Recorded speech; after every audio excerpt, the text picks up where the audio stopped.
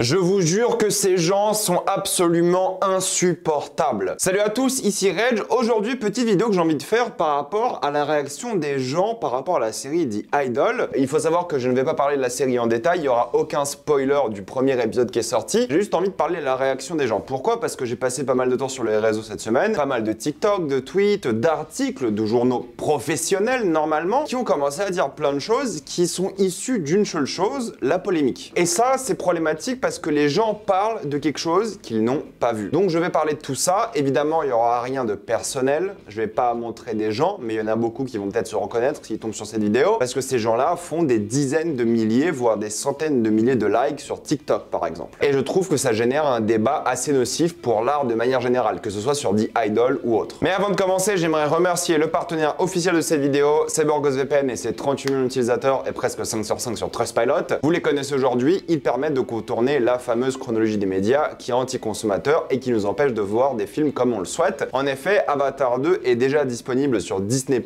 dans tous les pays du monde, sauf la France. Il y a plein de films comme ça qui seront dispo rapidement, mais en France, il faudra attendre un long moment et c'est pénible. De même, si vous avez Paramount+, Donjons et Dragons, que je trouve très cool, est déjà disponible. Prenez un pays qui a la VOSTFR comme la Suisse ou le Canada et vous allez avoir tout le contenu que vous voulez. Les bibliothèques streaming seront bien plus grandes. De même, si vous êtes fan de Formule 1, RTBF en Belgique a la Formule 1 gratuitement. Et si vous regardez beaucoup de YouTube comme moi, YouTube Premium, c'est évidemment utile aujourd'hui, que ce soit avec un VPN en Inde, en Argentine, où ça coûte 2 € par mois. Vous serez bien plus en sécurité avec un VPN, que ce soit la Wi-Fi de l'université, de la bibliothèque ou de l'hôtel. Vous pouvez partager un compte avec 7 personnes différentes, c'est disponible sur tous vos appareils préférés. C'est super simple d'utilisation, vraiment tout le monde peut le faire en juste quelques clics. Vous pouvez essayer par vous-même car vous êtes satisfait remboursé sous 45 jours. Vous avez une assistance technique en français 24h/7. Utilisez le lien en description en commentaire épinglé afin de vous abonner à CyberGhostVPN et bénéficier de 4 ans de réduction plus 4 mois gratuits. Foncez sur l'offre. J'ai parlé de la série The Idol en critique cette semaine. J'ai envie de revenir dessus et il faut savoir que je n'ai pas vu l'intégralité de la série. J'ai comme vous vu le premier épisode. Mais c'est pas grave parce que la vidéo d'aujourd'hui va pas traiter du contenu de la série de manière spécifique, mais de ce que les gens disent par rapport à celle-ci sans l'avoir vue. Beaucoup de personnes ont dit que cette série est évidemment extrêmement sexualisée. Beaucoup l'ont dit par rapport à deux choses. Premièrement, il y en a qui ont vu le premier épisode et qui ont dit que d'après eux, il y avait un regard pervers du producteur. Et beaucoup le disent, mais beaucoup rattachent ça à Sam Levinson, le créateur de la série. Il faut savoir qu'à la base, c'était pas Sam Levinson qui devait faire la série, mais il a été du coup embauché après pour la faire. C'est grosso modo l'idée de Weeknd, on en parle après de tout ça. Mais en gros, il y en a beaucoup qui lient Sam Levinson et les polémiques à la sexualisation de la série. Je pense que si c'était pas Sam Levinson, mais un gars lambda, personne n'aurait fait ce lien. Pourquoi? Parce que les personnes qui ont dit que la série est sexualisée, ou elles parlent des articles qui parlent des 2 premiers épisodes, il faut savoir que quasiment aucun membre de la presse n'a vu l'intégralité de la série, mais que les 2 premiers épisodes, ou alors ces personnes parlent de l'épisode 1. L'épisode 1 est sexualisé, mais il n'y a pas énormément de sexualisation, et à chaque fois qu'il y en a, c'est uniquement utile à l'histoire. Chaque scène, on voit où il y a beaucoup de sensualité, où il y a beaucoup de sexualité, c'est évidemment utile à l'histoire, et ça revient dans l'épisode plus tard. Donc dire que sexualiser uniquement du point de vue du producteur, je trouve ça factuellement faux. Peut-être la suite va être énormément sexualisée d'un point de vue non utile à l'histoire, mais aujourd'hui, avec le premier épisode, les gens qui disent que c'est sexualisé, d'après moi, ont tort. Et ceux qui se réfèrent uniquement à des articles sans avoir vu la série, là, il faut même pas en parler de ces gens-là, c'est horrible. D'ailleurs, beaucoup de ces personnes-là ont dit qu'il y a trop de sexe dans la série. Et c'est là que tu sais qu'ils mentent, ces gens-là. Parce que dans la série, il n'y a pas de sexe. Comme je vous l'ai dit, il y a une scène de masturbation dans le premier épisode, et puis basta. Mais il n'y a pas de sexe. Donc tous ces gens-là, ils sont cramés parce qu'ils disent « Ah oui, j'ai vu le premier épisode, il y a trop de sexe et tout. »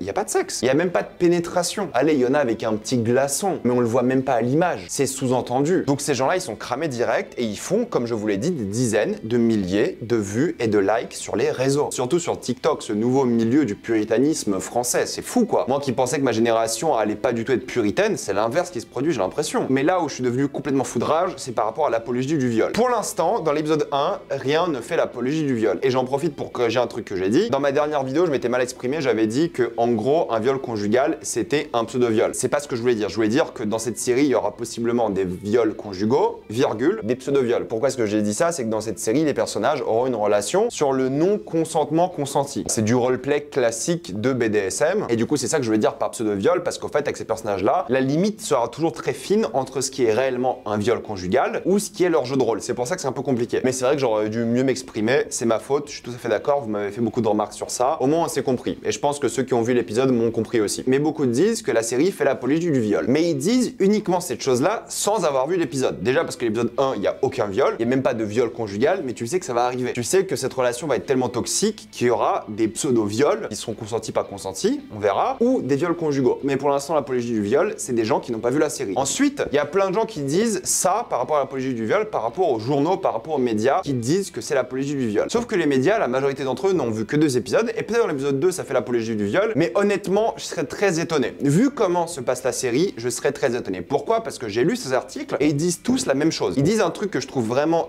stupide, tout simplement, faut être honnête. En gros, c'est un homme interprété par The Weeknd, qui profite de sa relation de pouvoir avec une femme, car cette femme se sent libérée artistiquement en étant avec lui. Et lui, en échange, va lui demander des faveurs sexuelles. C'est une relation qui est toxique, on est d'accord sur ça. Et le kink du personnage de The Weeknd est le non-consentement. On l'a compris. Mais si c'est une relation qui est toxique, c'est intéressant, n'est-ce pas? Est-ce que c'est pas ça qui est intéressant dans la série au final? C'est de trouver la limite entre le consentement et le non-consentement et voir comment les personnes qui ont du pouvoir sur quelqu'un, qui dominent une personne, peuvent en profiter. Est-ce que c'est pas ça que la série critique? En tout cas, dans ce premier épisode, c'est ça. Je serais le premier à dire l'inverse. Si on voit que le reste de la série est l'apologie du viol, je serais le premier à dire que j'ai tort et que la série est vraiment abusée de ce point de vue-là. Mais pour l'instant, quand je lis les articles, quand je vois la série et je vois la manière dont les gens argumentent pour l'apologie du viol, je suis désolé, c'est factuellement faux. C'est tout le but de l'histoire de montrer à quel point c'est nocif. Et pour l'instant, et on verra si ça continue par la suite, j'ai jamais l'impression que c'est fait pour le plaisir des yeux. C'est pas fait pour le male gaze. C'est extrêmement critique de l'industrie en question. Et alors là, délire encore plus fou, il y a plein de gens qui critiquent la série pour des scènes qui n'existent pas. J'ai vu un gars sur TikTok qui a fait un TikTok qui pareil a eu genre 50 000 likes, où il dit aux gens de ne pas regarder la série ou même s'ils veulent la regarder, de la pirater. Alors ça, j'en parle même pas. Et son argument c'était quoi? C'est que non, il ne faut pas regarder cette série car la série est barrée, car dans l'une des scènes, Lily Deprose se voit forcée de mettre un œuf dans son orifice. La dinguerie des informations, parce que si vous lisez les articles, c'est faux. Oui, c'était une première version du script qui a été directement rejetée par les producteurs des HBO. Ils ont dit non, là ça va trop loin, arrête. Ça a été rejeté. Cette scène n'existe pas, n'a jamais été tournée, il y a eu un refus total de tout le monde. Et cette personne avec beaucoup de likes a demandé un boycott à cause de ça. Et si on doit boycotter toutes les œuvres qui sont un peu dérangées, et je suis désolé, j'ai vu des œuvres, et c'est pas pour paraître bizarre, hein, j'ai vu des œuvres qui font bien pire qu'un œuf dans un orifice. Il y a des œuvres bien plus violentes, des œuvres de cinéma je précise, bien plus violentes que ça. Limite, l'œuf il paraît relax comparé à d'autres choses que tu vois dans le monde du cinéma à certains moments. Et demander un boycott par rapport à une scène qui n'existe pas parce que t'es pas allé au bout de l'article, je trouve ça honteux. Et la désinformation qui sort par rapport à l'art de manière générale m'énerve. C'est pour ça que je donne jamais mon avis avant de regarder l'œuvre en question. Il y a une différence entre les articles putaclic polémiques et la réalité de la série. Et des gens comparent la série à du torture porn. Ça, pour le coup, je ne sais pas. Je n'ai pas vu l'intégralité de la série, mais d'après ce que je lis dans les articles, ils n'ont pas compris ce que c'est le torture porn. Le torture porn, c'est te montrer de la torture pour le plaisir du spectateur. En gros, voilà, les films d'horreur en général, il y a une catégorie du torture porn où on te montre des choses gore pour le plaisir du spectateur, pour la satisfaction. Là, peut-être il y aura des choses gore, je n'en sais rien. Peut-être il y aura des moments violents, mais au fait, la manière dont ils expliquent ça dans les articles que j'ai lus et sur les réseaux que j'ai vus, c'est qu'ils pensent que le torture porn, c'est le porno, entre guillemets, où il y a la torture dedans. En gros, le BDSM, mais plus violent et non consenti. Je ne sais pas si c'est présent dans la série, peut-être. Ça m'étonnerait parce que ça n'a pas l'air d'être ce genre de série, mais l'appellation torture porn n'est pas adaptée ici. En tout cas, pas comme je l'ai vu lu dans des articles. Par contre, certaines personnes critiquent le climat toxique du tournage. Est-ce que ça, on peut le critiquer? Oui, carrément. Est-ce que vous avez le droit de critiquer le tournage tout en appréciant la série? Aussi. Vous pouvez regarder la série, la conseiller, ou alors la boycotter parce que le tournage était toxique. Mais après, si vous boycottez tous les tournages de films et de séries qui sont toxiques, vous n'allez plus regarder grand-chose, soyons honnêtes. Donc oui, on peut dénoncer des pratiques de tournage toxiques, là je soutiens totalement, pour que les choses s'améliorent. Vous avez le droit de boycotter à cause de ça, je suis d'accord pour le coup, mais alors là, ne soyez pas hypocrite et boycottez énormément d'œuvres. Je précise juste ça. Mais soyons honnêtes, si c'était pas Sam Levinson, personne n'aurait critiqué cette œuvre. Mais vu que Sam Levinson est dans les polémiques depuis Euphoria, d'ailleurs, petit aparté, le retournement de situation par rapport à Euphoria depuis que Sam Levinson est critiqué, Sam Levinson qui encore une fois je le rappelle n'a rien fait de grave qui peut le foutre en prison ou des choses comme ça, hein. Oui, c'est peut-être un peu un tyran sur le tournage, il a des demandes de nudité qui sont peut-être un peu affolantes et il crée